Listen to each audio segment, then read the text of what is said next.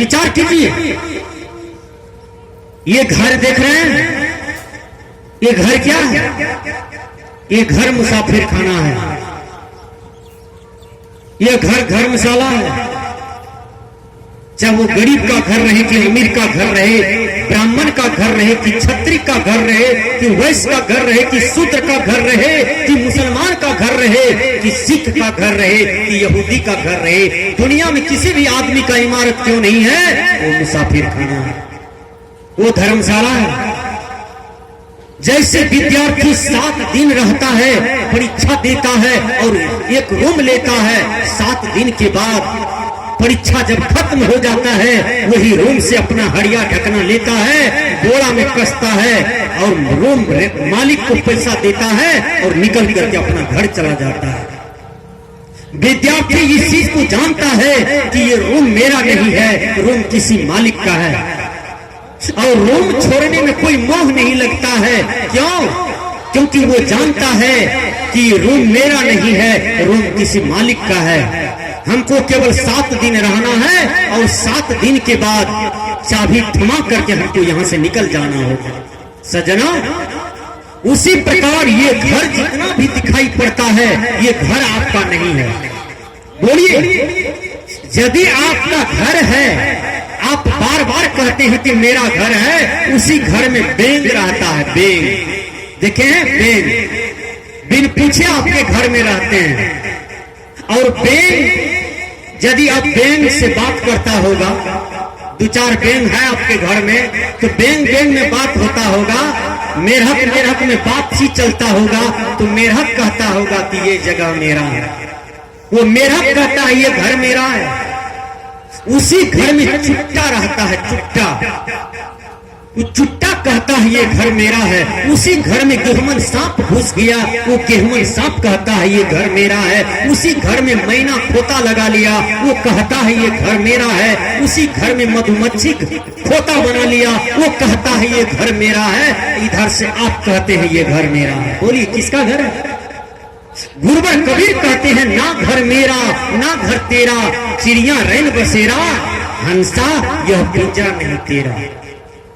एक पक्षी रात भर घोंसला में रहता है और सुबह होता है, फिर चारा चुनने के लिए वह चला जाता है और शाम में आता है, भरपेट भोजन करता है, रात भर रहता है, फिर वह सुबह में चला जाता है।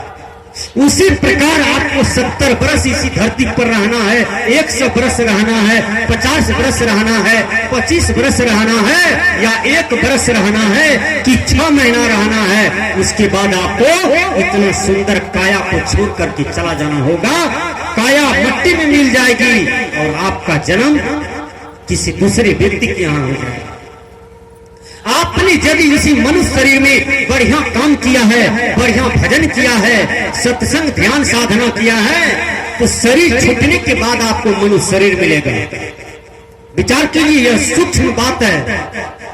आपने यदि भजन किया है, आपने यदि दान पुण्य किया है, आपने सुंदर सुंदर काम किया है, किसी की बेटी का ब्याह कराया है, किसी की माँ बाप का श्राद्ध करवाया है, किसी को 2 कट्ठा जमीन दे करके बसाया है, यदि आपने किसी का घर बसाया है, आपने किसी आदमी को, गिरते हुए आदमी को संभाला है, उजड़ते हुए परिवार समाज को सुधारा है, तो ये सुंदर कर्म जो है आपको मनुष्य की ओर ले जाएगा। यदि आपने एक भी अच्छा काम नहीं किया है, यदि आपका चोला छूट गया, आपका शरीर छूट गया, तो आपको बेग, बटेर, जोंक, चाली, पिल्लू, गधा, ऊंट, बैल, गाय, ये सब योनि में आपको जाना पड़ेगा। ये बुरे कर्मों का परिणाम है। सदगुरु कबीर ने कहा, 184 जीव जंतु में भटकी भटकी दुख पाओ, चेतत नहीं मुग्ध नरबोरे, मोर मोर गहराओ, मोर मोर गहराओ। हे भगवान, हे गुरुवर, हे आत्माराम, चेतिए, चेत जाइए, सुधर जाइए।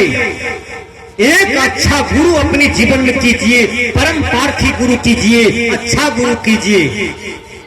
गुरु भी अंधा होता है, गुरु भी गड़बड़ होता है, गुरु भी चरित्रहीन होता है, गुरु भी नरकगामी होता है। ऐसे गुरु यदि आपको मिल जाए तो आपके जीवन का कल्याण नहीं हो सकता, क्योंकि गुरुवर कबीर ने कहा, आन्हर गुरु बहिर चेला, माने गुर दिए भेला। यदि आन्हर गुरु है, बहिर चला है, तो दोनों का व्यवहार देखिए। गुरु मांगता है गुड़ और चेला भेला जाकर के दे देता है, दोनों नरक में ठेलम ठेला हो जाएगा। इसलिए अच्छा गुरु अपने जीवन में कीजिए, बढ़िया गुरु अपने जीवन में कीजिए, आपके जीवन का कल्याण हो जाएगा।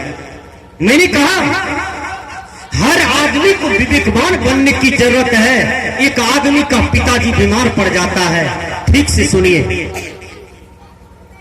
उसके पास 4 बेटा था, 4 बेटा था। चारों बेटा क्या किया, इमरजेंसी पर गाड़ी नहीं मिली तो चारों बेटा ने क्या किया, खाट पर उठाया अपने बाबूजी को, और चारों बेटा एक एक कंधा लेकर के डॉक्टर के पास दौड़ करके गया। डॉक्टर ने सिरिंज दिया, पानी चढ़ाया, टेबलेट दिया और एक बोतल दवाई दिया।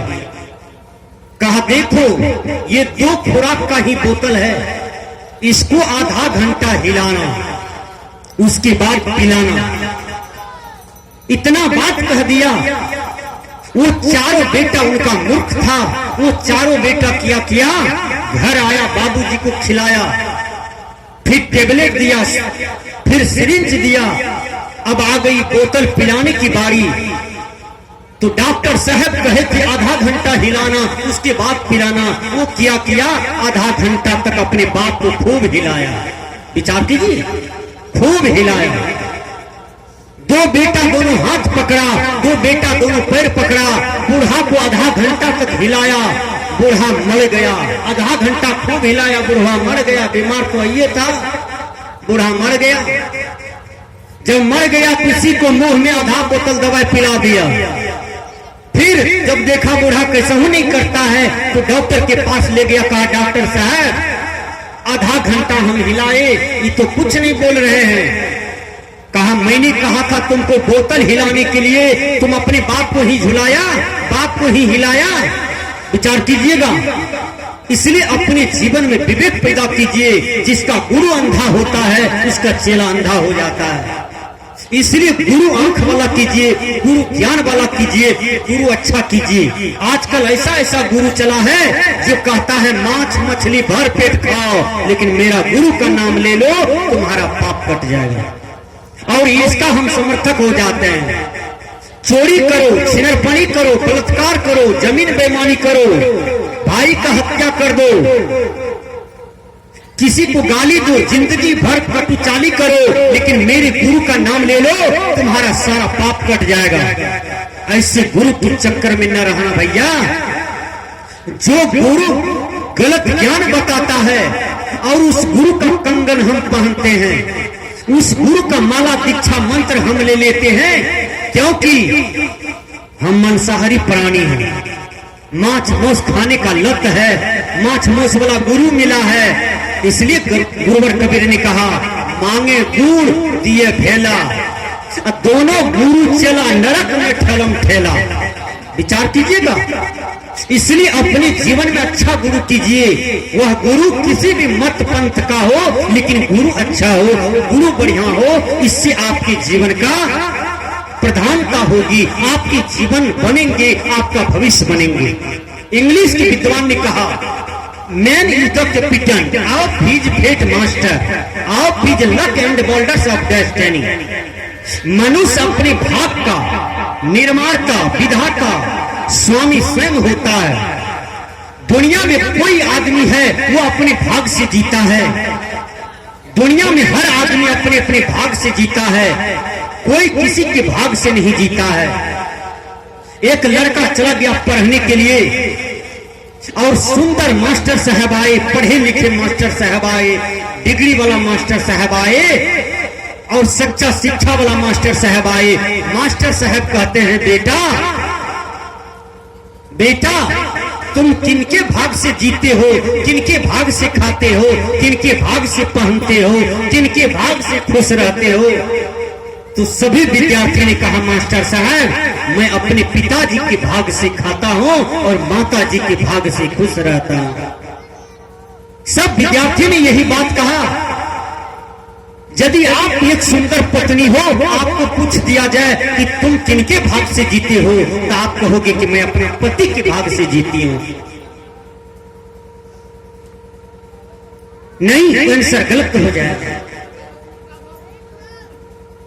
वो लड़का कहता है, 1000 लड़का बोला कि मैं बाबूजी के भाग से जीता हूं, मां के भाग से जीता हूं, लेकिन एक लड़का ने कहा कि मैं किसी के भाग से नहीं जीता हूं मास्टर साहब, मैं अपना भाग से जीता हूं और अपना भाग से खाता पीता हूं। विचार कीजिए, हर लड़का, हर विद्यार्थी अपना माँ बाप का नाम रोशन किया, माँ बाप का दर्जा दिया, लेकिन वो लड़का ने कहा कि नहीं, मैं अपना भाग से जीता हूं और अपना भाग से ही खाता हूं। सदगुरु कबीर ने कहा, कर बाहियां बला अपनी, छार बिरानी आस, जाके आंगन नदिया बहे, सो कस मरत प्यास। गुरुवर कबीर कहते हैं कि जिसके आंगन में नदी बहती है और वो आदमी प्यासा मरता है, बोलो उसकी अज्ञानता कितनी है, उसकी नादानी कितनी है, उसकी मूर्खता कितनी है। विचार कीजिए। वो लड़का को बाबूजी निकाल दिया अपने घर से, कहा सबने अपना माँ बाप का नाम रोशन किया, तू माँ बाप का नाम मिट्टी में मिला दिया।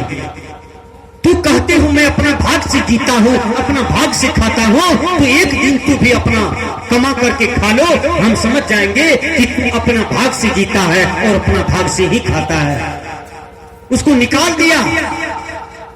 वो लड़का चला गया, रोड भर लिया, धरते धरते जाता है, जाते जाते बस पकड़ लिया, कंडक्टर को भाड़ा भी नहीं दिया, एक शहर में उतर गया। वो शहर जब गया, उसको एक आदमी रास्ते में मिल गया, कहा बेटा तुम्हारा ठोर सूख रहा है, बेटा तुम्हारा ओष्ठ सूख रहा है, कुछ खाओगे? कहा दादाजी हम कुछ खाएंगे, भूख लगी है। उसको खिलाया पिलाया, अपने यहाँ रखा। मात्र 10 वर्ष का लड़का। उसको कहा कि तुम किनके बेटे हो, कहां से आ रहे हो? लड़का कुछ नहीं बोला। कहा दादाजी आप हमको यहीं रहने दीजिए, आपके यहाँ जो भी काम है हम करेंगे, हमको पढ़ाइए लिखाइए। वो सच्चा इंसान आदमी था, उसके अंदर में कोई ईर्ष्या नहीं था। उसने अपना पोता की तरह ठीक इसको भी वही दर्जा दिया, इसको पढ़ाया लिखाया और छोटा मोटा घरेलू काम भी करवाता था। वो लड़का पढ़ते पढ़ते ग्रेजुएशन किया, एमए किया, उसके बाद कंपटीशन में गया, कंपटीशन में निकल गया, वो डीएम बन गया। डीएम बन गया, पेपर में निकल गया, टीवी में निकल गया उसका नाम। और जब जिस गांव में वो लड़का जन्म लिया था, उस गांव में उसका तस्वीर आता है कि फलनमा लापता लड़का, वो लड़का आज डीएम बना है। और वो लड़का तो इसी आदमी का पुत्र है जो जिन्होंने अपने घर से निकाला था। उस आदमी के सामने में भी पेपर आया, उसने देखा कि जिस बेटा को मैंने निकाला था वो बेटा मेरा डीएम बन गया। वो आदमी गाड़ी भाड़ा किया पूरे परिवार, और 10-15 साल के बाद अपने बेटा से मिलने गया और देखा कि बेटा डीएम की कुर्सी पर बैठे हैं। और उसने जिद कर दिया, और उसके बाबूजी गए, बेटा का पैर पकड़ लिया, कहा बेटा मैं वही बाप हूँ, तुमको घर से निकाल दिए थे, मैं तुम्हारा ही बाप हूँ। कहा बाबूजी आप ही मेरा बाप हैं, जिन्होंने केवल एक बात की लड़ाई हुआ था कि हम अपने भाग से जीते हैं, अपने भाग से खाते हैं। देखिए आज मैं डीएम की कुर्सी पर बैठा हूं, आपने निकाल दिया। और मैंने समझ गया कि अपो दिप्पो भव, अपने जीवन में प्रकाश फैलाना चाहिए, अपना बाहुबल की आशा करना चाहिए, अपना विद्या बल की आशा करना चाहिए, अपना विवेक बुद्धि का उपयोग कराना चाहिए। बाबूजी मैंने किया, देखिए आज मैं डीएम की कुर्सी पर बैठा हुआ हूँ। हमारी कहने का भाव है कि कोई भी आदमी आलसी होकर के न रहो। हर आदमी के पास गुण कला होनी चाहिए, हर बहन के पास, हर बहू के पास, हर माता बहन के पास आपके हाथ में कला हो। आप पति के भाग से न जियो, अपने भाग से जियो। आप पति के भाग से कोई मत जियो, अपने भाग से जियो। पति अपने भाग से कमाते हैं, आप अपने भाग से कमाते हैं, लेकिन दोनों में प्रेम रखिए, दोनों में मेल रखिए, दोनों में नरक न हो, दोनों में वैर न हो। आजकल तो ऐसा ऐसा घर परिवार मिलता है, एक आदमी 4 भैयारी है, चारों भैयारी बढ़िया पैसा कमाता है, चारों गोतनी बढ़िया पैसा कमाती है। कोई आंगनबाड़ी में है, कोई सेविका है, कोई मास्टरनी है, कोई डॉक्टरनी है, एक भाई प्रोफेसर है, एक मास्टर है, एक चौकीदार है, एक डॉक्टर है। पैसा तो बहुत कमाता है, लेकिन इस परिवार की दुर्दशा देखिए। पैसा तो कमाता है, लेकिन कोई किसी को टोकता नहीं है, हमेशा गाल में फुलाए रहते हैं। पति पत्नी में बनाव नहीं है, भाई भाई में बनाव नहीं है, किसी से किसी को बनाव नहीं है। घर आता है, भोजन करता है और सीधा रास्ता पकड़ करके स्कूल चला जाता है, कोई थाना चला जाता है। जो सेविका की काम करती है वो आंगनबाड़ी चली जाती है। विचार कीजिए, वो अपने ड्यूटी पर चली जाती है, लेकिन शाम में जब सब कोई घर आता है तो केवल खा करके सो जाता है, लेकिन कोई किसी को नहीं टोकता है। स्वर्ग से सुंदर सपना से प्यारा है अपना घर द्वार। स्वर्ग से सुंदर सपना से भी प्यारा है अपना घर द्वार। वह घर स्वर्ग में है जिस घर में प्रेम है। गोतनी गोतनी एक थाली में बैठ करके खा लेती है और दोनों गोतनी मजाक करती रहती है, हंसती है, बच्चे की तरह खेलती है आंगन में, बच्चे की तरह एकदम दिल को रखी है, आत्मा को रखी है। या अपनी आत्मा में किसी भी प्रकार के विकार को नहीं रखती है, उसको जीवन कहा जाता है। एक गोतनी है जो मुंह कान चपैया बिरहनी की तरह खोता लगा लिया है, एक गोतनी है जो बिरहनी की खोता की तरह अपने मुंह कान लटकाए हुए हैं। उतना जहर बिरहनी में नहीं है, उतना जहर चपैया में नहीं है, उतना जहर मधुमक्खी में नहीं है, उतना जहर उसकी आवाज में होता है। इसलिए मैंने कहा कि स्वर्ग से सुंदर सपना से प्यारा है अपना घर द्वार। इसी घर द्वार में मेल रखिए, इसी घर द्वार में प्रेम रखिए, इसी घर द्वार में स्वर्ग होता है, स्वर्ग कहीं बाहर नहीं है। इसलिए सज्जनों, मैंने कहा सुमरन करहूं राम का, काल गहे कर केस, ना जाने कित मारी हो, क्या घर क्या परदेश। आपकी जीवन की कोई गारंटी नहीं, आपकी शरीर का कोई गारंटी नहीं, आपके जीवन का कोई गारंटी नहीं। क्षण पल में आपका जीवन नश्वर हो जाएगा, विनष्ट जाएगा। विचार कीजिए,